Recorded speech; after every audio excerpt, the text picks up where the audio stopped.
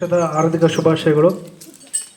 ಹೊಸ ವರ್ಷ ಎಲ್ಲರಿಗೂ ಕೂಡ ಹೊಸ ಹರ್ಷ ತರಲಿ ಅಂತ ಭಗವಂತನಲ್ಲಿ ಕೇಳ್ತಾ, ಇವತ್ತು ಜನವರಿ 1ನೇ ತಾರೀಕು ಕರ್ನಾಟಕ ಸರ್ಕಾರ ಏನಪ್ಪ ಅಂತಂದ್ರೆ ಒಬ್ಬ ಮಹನೀಯರನ್ನು ನೆನಪು ಮಾಡೋಕ್ಕೋಸ್ಕರ ಒಂದು ಜಯಂತಿಯನ್ನು ಆಚರಣೆಗೆ ತಂದದ್ದು. ಆ ಮಹನೀಯರು ಯಾರಪ್ಪ ಅಂತಂತಂದ್ರೆ ಅಮರ ಶಿಲ್ಪಿ ಜಕಣಾಚಾರ್ಯ ಅವರು. ಕೇಳಿರ್ಬೇಕು ನೀವು, ಪ್ರತಿದಿನ ನಾಡಗೀತೆ ಆಡ್ತೀರಿ, 2 ಲೈನನ್ನು ರಾಷ್ಟ್ರಕವಿ ಕುವೆಂಪು ಅವರು ಏನಪ್ಪ ಅಂದ್ರೆ ಅವರಿಗಾಗೆ ಮುಡಿಪಾಗಿಟ್ಟಾರೆ. ಡಂಕಣ ಜಕಣರ ನೆಚ್ಚಿನ ಬೀಡೆ ಅಂತ ಹೇಳ್ತಿರಲ್ಲ ಈ ಸಾಲನ್ನ. ಡಂಕಣ ಜಕಣರ ನೆಚ್ಚಿನ ಬೀಡೆ. ಡಂಕಣ ಅಂತಂತರ ಜಕಣಾಚಾರ್ಯ ಅವ್ರ ಮಗ, ಜಕಣಾಚಾರ್ಯಗಳು ತಂದೆ ಮಗ ಇಬ್ಬರೂ ಕೂಡ ಏನಪ್ಪ ಅಂತಂದ್ರ ಅತ್ಯದ್ಭುತ ಶಿಲ್ಪ ಕಲೆಗಾರರು. ಬೇಲೂರು ಹಳೆಬೀಡು ನೋಡಿರೇ? ನೋಡಿಲ್ಲ ಅಂದ್ರೆ ಒಂದ್ಸತಿ ನೋಡ್ರಿ ಜೀವನದಲ್ಲಿ. ಸೂಕ್ಷ್ಮ ಅತಿ ಸೂಕ್ಷ್ಮ ಕೆತ್ತನೆಗಳಿರ್ತಕ್ಕಂತಹ ಅದ್ಭುತ ಏನಪ್ಪ ಅಂದ್ರೆ ತಾಣಗಳು ಅವೆರಡು. ನೋಡಿ, ನಾನೊಂದೆರಡು ಸತ್ಯ ನೋಡಿನಿ, ನೋಡ್ರಿ. ಒಂದು ಸತ್ತಿನಾದ್ರೂ ಏನಪ್ಪಾ ಅಂತಂದ್ರ ಆ ಪ್ರದೇಶಗಳನ್ನ ನೋಡ್ರಿ ಯಾವ ರೀತಿ ಕೆತ್ತನೆ ಮಾಡ್ಯಾರ. ಇಬ್ರು ತಂದಿ ಮತ್ತು ಮಗ ಇಬ್ರು ಕೂಡಿ ಕೆತ್ತನೆ ಮಾಡ್ತಾರೆ. ಬೇಲೂರು ಮತ್ತು ಹಳೆಬೀಡು ಇನ್ನೂ ಬಹಳಷ್ಟು ಕೆತ್ತನೆ ಮಾಡ್ಯಾರ. ಅದರಲ್ಲಿ ಮುಖ್ಯ ವರ್ಕ್ಗಳು ಯಾವಪ್ಪ ಅಂದ್ರೆ ಬೇಲೂರು ಮತ್ತು ಹಳೆಬೀಡು ಅವರು ಮಾಡಿರ್ತಕ್ಕಂಥ ಪ್ರಧಾನ ದೇವಾಲಯಗಳು. ಜಕಣಾಚಾರ್ಯರು ಏನಪ್ಪ ಅಂತಂದ್ರೆ ಅವರ ಕುಲಕಸುಬಿದು ಅಂದ್ರೆ ಅವ್ರ ಮುತ್ತೆ ಅವರು ಅಂದ್ರೆ ವಂಶವಾಹಿನಿಯಲ್ಲಿ ಆ ಒಂದು ಜೀನ್ ಇರ್ತದ ಅವ್ರಿಗೆ. ಅವರು ತಾತನಿಂದನೇ, ತಾತ ಮುತ್ತಾತದಿಂದನೇ ಶಿಲ್ಪಕಲೆಗಳ ವಂಶ ಅವ್ರದ್ದು.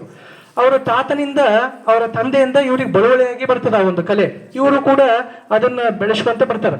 ಸಣ್ಣ ತಂದಾಗ ಏನಪ್ಪ ಅಂತಂತಂದ್ರ ಸಣ್ಣೇಜಿಗೆ ಇವರಿಗೆ ಮದುವೆ ಆಗ್ತದ. ಮದುವೆ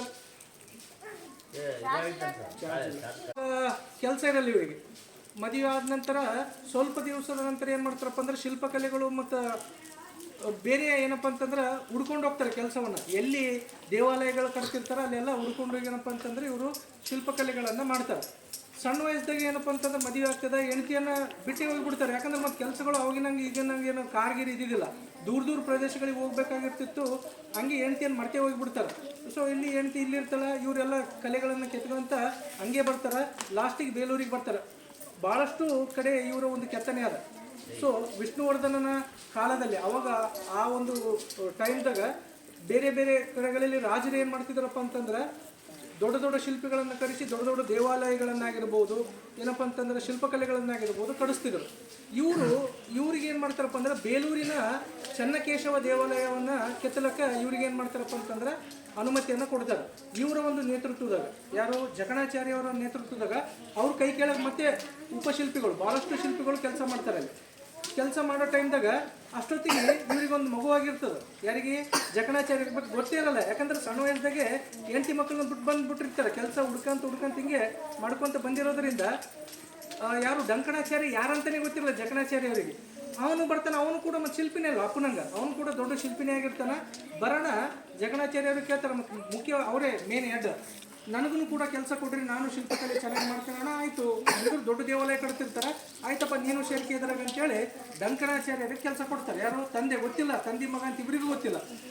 ಕೆಲಸ ಸ್ಟಾರ್ಟ್ ಆಗ್ತದ, ಎಲ್ಲವನ್ನು ಕರೆಕ್ಟಾಗಿ ಮುಗಿಸ್ತಾರೆ. ಬೇಲೂರು ಎಲ್ಲ ಸುತ್ತಮುತ್ತ ಇರ್ತಕ್ಕಂಥ ಎಲ್ಲ ಏನಪ್ಪ ಅಂತಂದ್ರೆ ಆ ಸಂಕೀರ್ಣವನ್ನ ಸೂಕ್ಷ್ಮವಾಗಿ ಕೆತ್ತನೆ ಮಾಡಿ ಮುಗಿಸ್ತಾರೆ. ಇನ್ನೇನು ರಾಜ ಬರ್ಬೇಕಂತ ರಾಜರು ಬರ್ತಾರಲ್ಲ ಲಾಸ್ಟಿಗೆ ಉದ್ಘಾಟನೆ ಮಾಡಕ್ಕೆ. ಇನ್ನು ಕೇಳ್ತಾರೆ ಜಕಣಾಚಾರ್ಯರಿಗೆ, ಮುಗಿತೇನ್ರಿ ಜಕಣಾಚಾರ್ಯ ಅವರೇ ಎಲ್ಲ ಕರೆಕ್ಟಾಗಿ ಮಾಡಿರಿ ಏನಂತ ಕೇಳಿದ್ರೆ, ಎಲ್ಲ ಕರೆಕ್ಟಾಗಿ ಮುಗಿದ್ರಿ, ಇನ್ನೊಂದು 2 ದಿವಸದಾಗ ಎಲ್ಲ ಫೈನಲ್ ಟಚ್ ಕೊಟ್ಬಿಡ್ತೀವಿ ಅಂತ ಹೇಳ್ತಾರೆ. ಯಾರು? ಜಕಣಾಚಾರ್ಯಗಳು. ಆಟೊತ್ತಿಗೆ ಡಂಕಣಾಚಾರ್ಯ ಬರ್ತಾರೆ.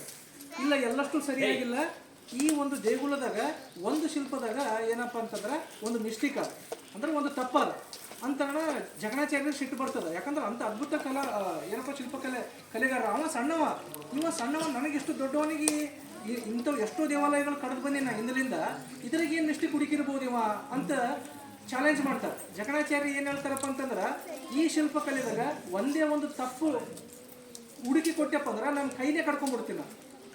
ಈ ದೇಗುಲದಾಗ ಎಲ್ಲೋ ಒಂದು ಶಿಲ್ಪದಾಗ ನೀನು ಮಿಸ್ಟೇಕ್ ಆಗಂತ ಹೇಳಕತ್ತೀರಿ, ಅದನ್ನ ತಗೊಳ್ತೀನಿ ಆ ಚಾಲೆಂಜನ್ನ, ಅದನ್ನ ನೀನು ತೋರಿಸ್ಕೊಟ್ಟೆಪ್ಪ ಅಂತಂದ್ರೆ ನನ್ನ ಬಲಗೈನೇ ಕಡ್ಕೋತೀವಿ ಅಂತ ಹೇಳ್ತಾರೆ ಜಕಣಾಚಾರ್ಯರು. ಆಯ್ತು, ಅವ್ನಿಗೆ ಗೊತ್ತಿಲ್ಲ, ತಂದೆ ಅಂತ ಗೊತ್ತಿಲ್ಲ, ಮಗ ಅಂತ ಗೊತ್ತಿಲ್ಲ, ಇಬ್ಬರ ಅವ್ರೇನೋ ಬಾಸ್ ಈತ ಅವ್ರ ಕೈ ಕೆಳಗೆ ನೌಕರದಾರ, ಇಷ್ಟೇ ತಿಳ್ಕೊಂಡ್ರು ಅವ್ರು.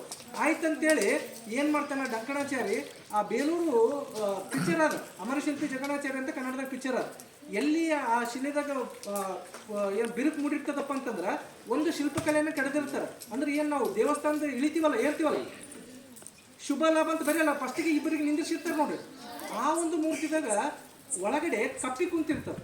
ಅವ ಉಪಶಿಲ್ಪಿ ನೋಡೇ ಇರಲ್ಲ. ಆ ಕಪ್ಪಿ ಒಳಗಡೆನೇ ಇರ್ತದೆ. ಅದ್ರ ಮೇಲೆ ಇವ್ರು ಏನು ಮಾಡ್ತಾರಪ್ಪ ಅಂದ್ರೆ ಕಡ್ದು ಬಿಟ್ಟಿರ್ತಾರ. ಅದು ಒಳಗಡೆನೇ ಸಿಕ್ಕಿ ಹಾಕೊಂಡಿರ್ತದೆ ಆ ಕಪ್ಪಿ, ಬಟ್ ಬದುಕಿರ್ತದೆ. ಈ ಶಿಲ್ಪವನ್ನು ಒಡ್ರಿ ಅಂತಾರೆ ಯಾರು? ದಕ್ಕಣಾಚಾರ್ಯ. ಜಂಕಣಾಚಾರ್ಯರು ಆರ್ಡರ್ ಕೊಡ್ತಾರೆ, ಆಯ್ತು ಆ ಶಿಲ್ಪವನ್ನು ಒಡ್ರಿ ನೋಡಮ್ಮ ಏನು ತಪ್ಪಾಗ್ಯದ ಅಂತಾನೆ ಆ ಶಿಲ್ಪವನ್ನು ಹೊಡಿತಾರೆ. ಒಡೆದು ನೋಡ್ತಾರೆ, ಒಳಗಡೆ ಜೀವಂತ ಕಪ್ಪಿ ಇರ್ತದೆ.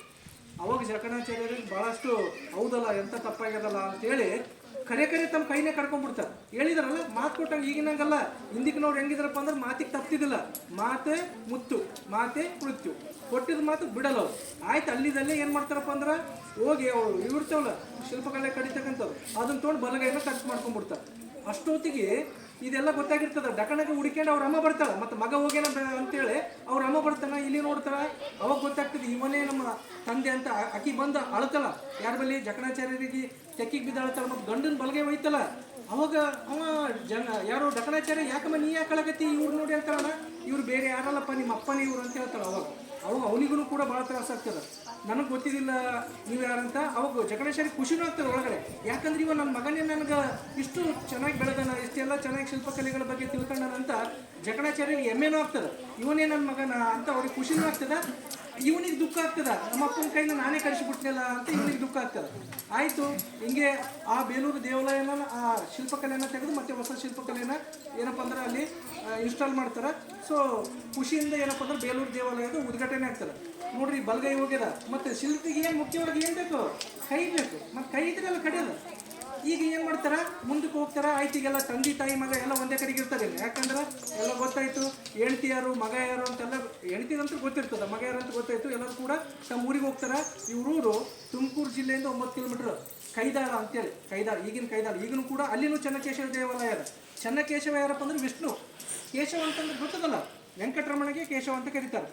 ಸಣ್ಣವರತ್ನಿಗೆ ಒಂದು ಸಂಕಲ್ಪ ಇರ್ತದೆ ಜಗಣಾಚಾರ್ಯರಿಗೆ, ನನ್ನ ಹುಟ್ಟೂರಾಗ ನಾನು ವಿಷ್ಣುವಿನ ದೇವಾಲಯವನ್ನು ಕೆತ್ತಬೇಕು ನಾ ಸಾಯದರೆಗೆ ಅಂತ ಒಂದು ಸಂಕಲ್ಪ ಇರ್ತದೆ ಸಣ್ಣವರತ್ನಿಗೆ. ಬಟ್ ಏನು ಮಾಡ್ತೀವಿ, ಕೈ ಹೋಗಿರ್ತದೆ. ಮತ್ತು ಶಿಲ್ಪಿ ಕಡಿಬೇಕಂದ್ರೆ ಕೈನೇ ಬೇಕಲ್ಲ, ಅದ್ರ ಬಲಗೈ. ಆದ್ರೂ ಕೂಡ ಅವ್ರು ಬಿಡಲ್ಲ. ಏನು ಮಾಡ್ತಾರಪ್ಪ ಅಂದ್ರೆ ಎಡಗೈಯಿಂದ ಸ್ಟಾರ್ಟ್ ಮಾಡ್ತಾರೆ. ನೋಡ್ರಿ, ಒಂದು ಕೈ ಹೋದ್ರೂ ಪರವಾಗಿಲ್ಲ ಅಂತೇಳಿ ಎಡಗೈಯಿಂದ ಸ್ಟಾರ್ಟ್ ಮಾಡಿ ಚೆನ್ನಕೇಶವ ದೇವಾಲಯನ ಕಡಿತಾರೆ. ಈಗಲೂ ಕೂಡ ನೀವು ನೋಡ್ಬೋದು, ಕೈದಾಳದಾಗ ಅದ. ತುಮಕೂರು ಜಿಲ್ಲೆ ಕೈದಾಳ, ಅಲ್ಲಿಂದ ಒಂದು 10 ಕಿಲೋಮೀಟ್ರ್. ಅಲ್ಲಿ ಚೆನ್ನಕೇಶವ ದೇವಾಲಯವನ್ನು ಬೇಲೂರದಾಗ ಹೆಂಗೆ ನಿರ್ಮಿಸ್ಯಾರೋ ಅದೇ ಟೈಪೇ ಅತಿ ಸೂಕ್ಷ್ಮ ಕೆತ್ತನೆಗಳಿಂದ ಎಡಗೈಯಿಂದ ಮಾಡ್ತಾರೆ. ನೋಡ್ರಿ, ಬಲಗೈ ಹೋಗ್ಯದ ಈಗ ಆಲ್ರೆಡಿ. ಎಡಗೈಯಿಂದನೇ ಕೆತ್ತನೆ ಮಾಡ್ತಾರೆ. ಜಕಣಾಚಾರ್ಯನೂ ಕೂಡ ಹೆಲ್ಪ್ ಮಾಡ್ತಾನೆ. ಆದರೂ ಕೂಡ ಇವ್ರು ಸುಮ್ಮನೆ ಕೂಡಲ್ಲ, ತಾವು ಕೂಡ ಕಡಿತಾರೆ. ಎಲ್ಲ ಶಿಲ್ಪಕಲೆಗಳನ್ನು ಕಡಿದು ಅಲ್ಲಿ. ಮತ್ತು ಹೇಳಿದ್ರಲ್ಲ, ಸಣ್ಣವಿರತ್ತೆ ಒಂದು ಆಸೆ ಇತ್ತು, ನನ್ನ ಊರಾಗ ವಿಷ್ಣು ಪರಮಾತ್ಮಂದು ಒಂದು ನನ್ನ ಕೈಲಿಂದ ದೇವಸ್ಥಾನ ಆಗ್ಬೇಕಂತ. ಆಗಿ ದೇವರನ್ನ ಏನು ಮಾಡ್ತಾರಪ್ಪ ಅಂದ್ರೆ ದೇವರ ಮೂರ್ತಿಯನ್ನು ತಂದಿರ್ತಾರೆ. ಅವಾಗ ಏನಾಗ್ತದಪ್ಪ ಅಂತಂದ್ರೆ ಅವ್ರದ್ದು ಬಲಗೈನೂ ಬರ್ತದೆ. ನೋಡ್ರಿ ಹೆಂಗದ, ಬಲಗೈ ಹೋಗಿತ್ತಲ್ಲ, ಬಲಗೈ ಹೋಗಿತ್ತು. ವಿಷ್ಣುವಿನ ದೇವಾಲಯವನ್ನು ಎಡಗೈಯಿಂದನೇ ಕೆತ್ತಿ ನಿರ್ಮಾಣ ಮಾಡ್ತಾರೆ. ವಿಷ್ಣು ದೇವ್ರನ್ನ ಅಲ್ಲಿ ಏನಪ್ಪ ಅಂತಂದ್ರೆ ಪೂಜಿಸ್ತಾರ. ಪೂಜಿಸಿದಗಳೇ ಇವರ ಒಂದು ಭಕ್ತಿಯನ್ನು ಮೆಚ್ಚಿ, ಇವರ ಒಂದು ಕಾಯಕನ ಮೆಚ್ಚಿ ಏನಪ್ಪ ಭಗವಂತ ಬಲಗೈನೂ ಕೊಡ್ತಾನೆ ಅಂತ. ನೋಡ್ರಿ ಹೆಂಗದ, ಅವ್ರದ್ದು ಬಲಗೈ ಬರ್ತದೆ. ಅವಾಗ ಪಿಕ್ಚರ್ದಾಗ ನೋಡ್ಬೋದು ಇದನ್ನು. ಇಲ್ಲಿ ಮಾತುದಾಗ ನಿಮ್ಗೆ ಅಷ್ಟು ಇದಾಗಲಿಕ್ಕಂದ್ರೆ ಕನ್ನಡದಾಗ ಅಮರಶಿಲ್ಪಿ ಜಕಣಾಚಾರ್ಯ ಅಂತ ಒಂದು ಪಿಕ್ಚರ್ ಆಗ್ತದೆ. ಕನ್ನಡದ ಮೊದಲ ಕಲರ್ಫುಲ್ ಸಿನಿಮಾ ಅದು. ಅದ್ರಾಗ ನೋಡ್ರಿ, ಅದ್ರಾಗ ಯಾವ ರೀತಿ ಕೈ ಬರ್ತದೆ ಅಂತ ತೋರಿಸ್ತಾರೆ. ನೋಡ್ರಿ ಹೆಂಗದ ಅಂದ್ರೆ ಅವರು ಒಂದು ಭಕ್ತಿಗೆ ಮೆಚ್ಚಿ. ಯಾರಾದರೂ ಬಲಗೈ ಹೋಗಿತ್ತಂತಂದ್ರೆ ಈಗ ನಮ್ಗೆ ಎರಡು ಕೈ ಇದ್ರೂ ಕೂಡ ಕೆಲಸ ಮಾಡೋಕ್ಕಾಗಲ್ಲ. ನಮಗೆ ಅವ್ರು ನೆಪ ಹೇಳಿಲ್ಲ, ಎಡಗೈಯಿಂದನೇ ದೇವರನ್ನ ಮೂರ್ತಿಯನ್ನು ಕಡಿದು ದೇವಸ್ಥಾನವನ್ನು ಕಡಿದು ದೇವರ ಮೆಚ್ಚುಗೆಗೆ ಪಾತ್ರರಾಗಿ ದೇವ್ರನ್ನೇ ಹೋಲಿಸ್ಕೊಂಡು ಬಲಗೈಯನ್ನು ದೇವರು ಕರುಣಿಸ್ತಾನೆ.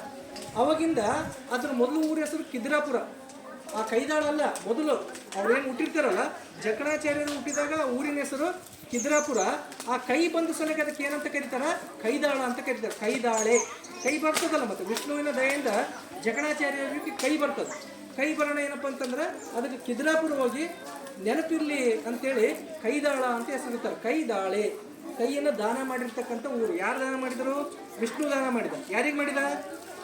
ಜಕಣಾಚಾರ್ಯರಿಗೆ ಮಾಡಿದ. ಅವರ ಭಕ್ತಿ, ಅವರ ಒಂದು ಕಾಯಕಕ್ಕೆ ಮೆಚ್ಚಿ. ಸೊ ಈ ರೀತಿಯಾಗಿ ಅವರು ಹುಟ್ಟಿನಿಂದ ಏನಪ್ಪ ಅಂತಂದ್ರೆ ತಮ್ಮ ಒಂದು ವಯಸ್ಸಿನಿಂದ ಹಿಡಿದು ಸಾಯವರೆಗೂ ಕೂಡ ಶಿಲ್ಪಕಲೆಗಳಿಗೆ ಏನಪ್ಪ ಅಂದ್ರೆ ತಮ್ಮ ಜೀವನವನ್ನೇ ಮುಡಿಪಾಗಿರ್ತಾರೆ. ಅನೇಕ ದೇವಾಲಯಗಳನ್ನು ಕೆತ್ತಾರೆ. ಅವುಗಳನ್ನು ನೀವು ನೋಡ್ಬೋದು. ಫೇಮಸ್ ಅಂದ್ರೆ ಯಾರು? ಬೇಲೂರು ಮತ್ತು ಹಳೆಬೀಡು ಆ ಶಿಲ್ಪಕಲೆಗಳು ನೋಡಿದ್ರೆ ಅಂದ್ರೆ ಮಾತೆ ಬರಲ್ಲ ನಿಮ್ಗೆ, ಅಷ್ಟು ಅದ್ಭುತವ, ಮೂಕ ವಿಸ್ಮಿತರಾಗಿ ಬಿಡ್ತೀರಿ. ಅಂತ ಒಂದು ಶಿಲ್ಪಿ ಯಾರಪ್ಪ ಅಂತಂದ್ರೆ ಅಮರ ಶಿಲ್ಪಿ ಜಕಣಾಚಾರ್ಯ ಅವರು. ಅದಕ್ಕಂತಾನೆ ಸರ್ಕಾರ ಏನ್ ಮಾಡಿದಪ್ಪ ಅಂದ್ರೆ ಪ್ರತಿ ವರ್ಷ 1ನೇ ತಾರೀಕು ಅವ್ರನ್ನ ನೆನಿಬೇಕು ನಾವು, ಹೌದಾ ಇಲ್ಲ? ಇವತ್ತು ನಾವು ಬೇಲೂರು ಹಳೆಬೀಡು ನೋಡ್ತೀವಿ ಅಂತಂದ್ರೆ ಅದರಲ್ಲಿ ಹಿಂದಿರ್ತಕ್ಕಂಥ ಶಿಲ್ಪಿಗಳನ್ನು ನಾವು ನೆನೆಯಬೇಕು. ಅದಕ್ಕೆ ರಾಷ್ಟ್ರಕವಿ ಕುವೆಂಪು ಅವ್ರನ್ನು ಕೂಡ ನಮ್ಮ ನಾಡಗೀತಿದಾಗ ಅವರಿಬ್ಬರನ್ನ ನೆನೆಸ್ಯಾರ ಒಂದು ಸಾಲನ್ನ, ಡಂಕಣ ಜಕಣರ ನೆಚ್ಚಿನ ಬೀಡೆ ಅಂತ. ಇಬ್ಬರು ತಂದೆ ಮಗ ಇಬ್ಬರು ಕೂಡ ಏನಪ್ಪ ಅಂದ್ರೆ ಅದ್ಭುತ ದೇವಾಲಯಗಳನ್ನ ಶಿಲ್ಪಕಲೆಗಳನ್ನ ನಮ್ಮ ನಾಡಿಗೆ ಕೊಟ್ಟಾರ. ಅಂತ ಒಬ್ಬ ಮಾನ್ಯರ ಜಯಂತಿಯನ್ನು ಇವತ್ತು ನಾವು ಮಾಡಕತ್ತೀವಿ. ಕರ್ನಾಟಕ ಸರ್ಕಾರ ಪ್ರತಿ ವರ್ಷನೂ ಕೂಡ ಯಾರು ನಮ್ಮ ಕರ್ನಾಟಕದಾಗ ಒಳ್ಳೆ ಶಿಲ್ಪ ಕಲೆಗಾರರಾದ ಅವ್ರಿಗೇನಪ್ಪ ಅಂದ್ರೆ ಇವ್ರ ಹೆಸರದ ಪ್ರಶಸ್ತಿ ಕೊಡ್ತಾರೆ. ಜಕಣಾಚಾರ್ಯ ಪ್ರಶಸ್ತಿ ಅಂತ ಅದರ ಹೆಸರು ಕರ್ನಾಟಕ ಸರ್ಕಾರ ಕೊಡ್ತದೆ. ಯಾರು ಚೆನ್ನಾಗಿ ನಂಬಲ್ಲಿ ಕೆಲಸ ಮಾಡ್ತಾರ ಶಿಲ್ಪಕಲೆದಾಗ ಯಾರು ಚೆನ್ನಾಗಿ ಕೆಲಸ ಮಾಡ್ತಾರ ಅವ್ರಿಗೇನಪ್ಪ ಅಂತಂದ್ರೆ ಪ್ರತಿ ವರ್ಷ ಕರ್ನಾಟಕ ಸರ್ಕಾರ ಜಕಣಾಚಾರ್ಯರ ನೆನಪಿನ ಪ್ರಯುಕ್ತ ಜಕಣಾಚಾರ್ಯ ಅಂತ ಒಂದು ಪ್ರಶಸ್ತಿಯನ್ನು ಸ್ಥಾಪನೆ ಮಾಡ್ಯಾರ. ಈಗೇನು ಹೇಳಿದ್ನಲ್ಲ, ಕೈದಾಳದ ಚೆನ್ನಕೇಶವ ದೇವಾಲಯದ ಆ ದೇವಸ್ಥಾನದ ಉದ್ಧಾರಕ್ಕಾಗಿ ಏನಪ್ಪ ಅಂದ್ರೆ NGOಗಳು ಹಣ ಸಂಗ್ರಹವನ್ನು ಮಾಡಕತ್ತಾರ. ಈಗ ಮತ್ತೆ ಭಾಳ ಅಳಿವುದಾಯ್ತು. ಈಗ ಅದನ್ನೆಲ್ಲ ಮತ್ತೆ ಕಾಪಾಡ್ಕೋಬೇಕು, ನಮ್ಮ ಮುಂದಿನ ತಲೆಮಾರುಗಳಿಗೆ ಅದನ್ನು ತಲುಪಿಸ್ಬೇಕಂತೇಳಿ ಭಾಳಷ್ಟು NGOಗಳು ನಾನ್ ಗೌರ್ಮೆಂಟ್ ಆರ್ಗನೈಸೇಷನ್ದವ್ರು ಮುಂದೆ ಬಂದಾರ, ರೊಕ್ಕನ ಕಲೆಕ್ಟ್ ಮಾಡಿ ಈಗ ಅದರದ್ದು ಅಭಿವೃದ್ಧಿಯನ್ನು ಮಾಡಕತ್ತಾರ. ಸರ್ಕಾರನೂ ಕೂಡ ಅದಕ್ಕೆ ಕೈ ಜೋಡಿಸ್ಯದ. ನೀವು ಯಾವತ್ತಾದ್ರೂ ತುಮಕೂರು ಕಡೆಗೆ ಹೋದ್ರಪ್ಪ ಅಂತಂದ್ರೆ ನೋಡಿ ಬರ್ರಿ, ಅಲ್ಲಿ ತುಮಕೂರು ಗೊತ್ತಲ್ಲ ಸಿದ್ಧಗಂಗಾ ಮಠ, ಅಲ್ಲಿಂದ 9 ಕಿಲೋಮೀಟರ್ ಯಾದಗಿರಿಯಿಂದ ಗಣೇಶಗುರಿಗೆ ಬಂದಂಗೆ ಅಲ್ಲಿ ಚೆನ್ನಕೇಶವ ದೇವಾಲಯದ ಅವ್ರ ಊರಾದ ನೋಡ್ಕೊಂಬರ್ರಿ ಹೆಂಗೆ ಕೆತ್ತಾರ. ಬೇಲೂರು ಹಳೆಬೀಡು ಅಂತ ಮಿಸ್ ಮಾಡಲೇಬೇಡ್ರಿ ಜೀವನದಾಗ. ಅವೆರಡು ನೋಡ್ರಿ ಅಂತ ಅದ್ಭುತ. ಅವು ನೋಡಿದ್ರೆ ಅಂತ ಗೊತ್ತಾಗ್ತದೆ ಇವ್ರು ಯಾರು ಇವ್ರು ಅಂತ, ಇವ್ರದ್ದು ಕಲೆ ಹೆಂಗಿತ್ತು ಅಷ್ಟು ಸೂಕ್ಷ್ಮವಾಗಿ ಕಡ್ದಿರ್ತಕ್ಕಂಥ. ಅದಕ್ಕೆ ಬರ್ತಾರೆ ಅಮರ. ಅಮರ ಅಂದ್ರೆ ಏನು ಗೊತ್ತದ? ಸಾವು ಇರ್ಲಾರ್ದವ ಅಂತ. ಅಮರ ಅಂತಂದ್ರೆ ಚಿರಂಜೀವಿ, ಸಾವೇ ಇಲ್ಲ ಅಂತ. ಅಮರ ಶಿಲ್ಪಿ, ಅವ್ರು ಕಡ್ದಿರ್ತಕ್ಕಂಥ ಶಿಲ್ಪಗಳಿಗೆ ಸಾವೇ ಇಲ್ಲ. ಅವ್ರು ಸತ್ತಿರ್ಬೋದು, ಅವ್ರ ಕೆಲಸ ಸತ್ತಿಲ್ಲ, ಅದಕ್ಕೆ ಅವ್ರಿಗೆ ಅಮರ ಶಿಲ್ಪಿ ಅಂತ ಕರೀತಾರೆ. ಸೂರ್ಯ ಚಂದ್ರ ಇರತ್ತನ್ನು ಕೂಡ ಅವ್ರ ಹೆಸರು ಭೂಮಿ ಮೇಲೆ ಇರ್ತದೆ, ಅಂತ ಕೆಲಸ ಮಾಡಿ ಹೋದ್ರು ಅವ್ರು. ಅದಕ್ಕೆ ಅವ್ರಿಗೆ ಅಮರ ಶಿಲ್ಪಿ ಅಂತ ಕರೀತಾರೆ. ಅಮರ ಅಂತಂದ್ರೆ ಸಾವಿಲ್ಲದವ, ಚಿರಂಜೀವಿ ಅಂತ ಅರ್ಥ. ಅವರ ಶಿಲ್ಪಗಳಿಗೆ ಯಾವತ್ತೂ ಸಾವಿಲ್ಲ. ಈ ಭೂಮಿ ಪ್ರಳಯ ಆಯ್ತಂದ್ರೆ ಅವಾಗೆ ಮತ್ತೆ ಹುಟ್ಟಿ ಬರ್ತಾರೆ, ಭಗವಂತ ಮತ್ತೆ ಅಂತವ್ರು ಹುಟ್ಟಿ ಕಳಿಸ್ತಾನೆ. ಅದಕ್ಕೆ ಅವರಿಗೆ ಅಮರ ಶಿಲ್ಪಿ ಜಕಣಾಚಾರ್ಯರು ಅಂತ ಕರೀತಾರೆ. ಇವತ್ತು ನಾವು ಅವರ ಜಯಂತಿಯ ಏನಪ್ಪ ಅಂದ್ರೆ ಆಚರಣೆ ಮಾಡ್ತಿರೋದು ನಮ್ಮೆಲ್ಲ ಒಂದು ಸೌಭಾಗ್ಯನೇ. ಇಂಥವ್ರನ್ನ ನಾವು ನೆನಿಲಿಲ್ಲಪ್ಪ ಅಂದ್ರೆ ನಾವು ಕೃತಾರ್ಥರಾಗಿ ಬಿಡ್ತೀವಿ. ಅದಕ್ಕಂತಲೇ ಸರ್ಕಾರ ಈ ಜಯಂತಿಗಳನ್ನು ಆಚರಣೆ ಮಾಡ್ತದ. ನೀವೆಲ್ಲ ಇದ್ರ ಬಗ್ಗೆ ತಿಳ್ಕೊಬೇಕು. ಇನ್ನೂ ಹೆಚ್ಚಿನ ಓದನ್ನು ನೀವು ಗ್ರಂಥಾಲಯದಲ್ಲಿ ಇರ್ತಕ್ಕಂಥ ಪುಸ್ತಕಗಳು ಓದ್ರಿ. ಕನ್ನಡದ ಪಿಕ್ಚರ್ ನೋಡ್ರಿ ಇದನ್ನೆಲ್ಲರೂ. ಅಮರ ಶಿಲ್ಪಿ ಯೂಟ್ಯೂಬ್ದಾಗ ಹಾಕೊಂಡು ಅಮರ ಶಿಲ್ಪಿ ಜಕಣಾಚಾರ್ಯ. ಇದು ಕನ್ನಡದ ಮೊದಲ ಕಲರ್ಫುಲ್ ಸಿನಿಮಾ. ಅದಕ್ಕಿಂತ ಮುಂಚೆ ಎಲ್ಲ ಬ್ಲ್ಯಾಕ್ ಆ್ಯಂಡ್ ವೈಟ್ ಸಿನಿಮಾಗಳು ಬರ್ತಿದ್ವು. ಫಸ್ಟ್ ಪಿಕ್ಚರ್ ಇದು ಕನ್ನಡದ ಮೊದಲ ಏನಪ್ಪ ಅಂತಂದ್ರೆ ಕಲರ್ಫುಲ್ ಸಿನಿಮಾ ಯಾವುದಪ್ಪ ಅಂದ್ರೆ ಅಮರ ಶಿಲ್ಪಿ ಜಕಣಾಚಾರ್ಯ. ಇದೇ ಫಸ್ಟ್ ಫಿಲಮ್ ಕಲರಿಂದ ಸ್ಟಾರ್ಟ್ ಆಗಿದ್ದು. ಈಗಂತ ನೋಡ್ತೀರಿ ಯಾವ ಲೆವೆಲಿಗೆ ಬಂದ್ಬಿಟ್ಟಿವಿ ನಾವು, 5G ಇದಾಗಿವಿ ಈಗೆಲ್ಲ, ಹೌದಾ? ಸೊ ಇಷ್ಟೆಲ್ಲ ಏನಪ್ಪ ಅಂದ್ರೆ ಇವ್ರ ಸಾಧನೆ ಅದ. ಇವರ ಒಂದು ಕಾಯಕವನ್ನು ಕೂಡ ನಾವು ನಮ್ಮ ಜೀವನದಾಗ ಅಳವಡಿಸಿಕೊಂಡಿದ್ದೇ ಆದ್ರೆ ನಮ್ಮ ಜೀವನವನ್ನು ಕೂಡ ಏನಪ್ಪ ಅಂದ್ರೆ ಅಮರವಾಗ್ತದೆ ಅಂತ ಹೇಳ್ತಾ ಇಲ್ಲಿವರೆಗೆ ಮಾತನಾಡೋಕ್ಕೆ ಅವಕಾಶ ಕೊಟ್ಟಿದ್ದಕ್ಕಾಗಿ ಧನ್ಯವಾದಗಳು. ನಮಸ್ಕಾರ.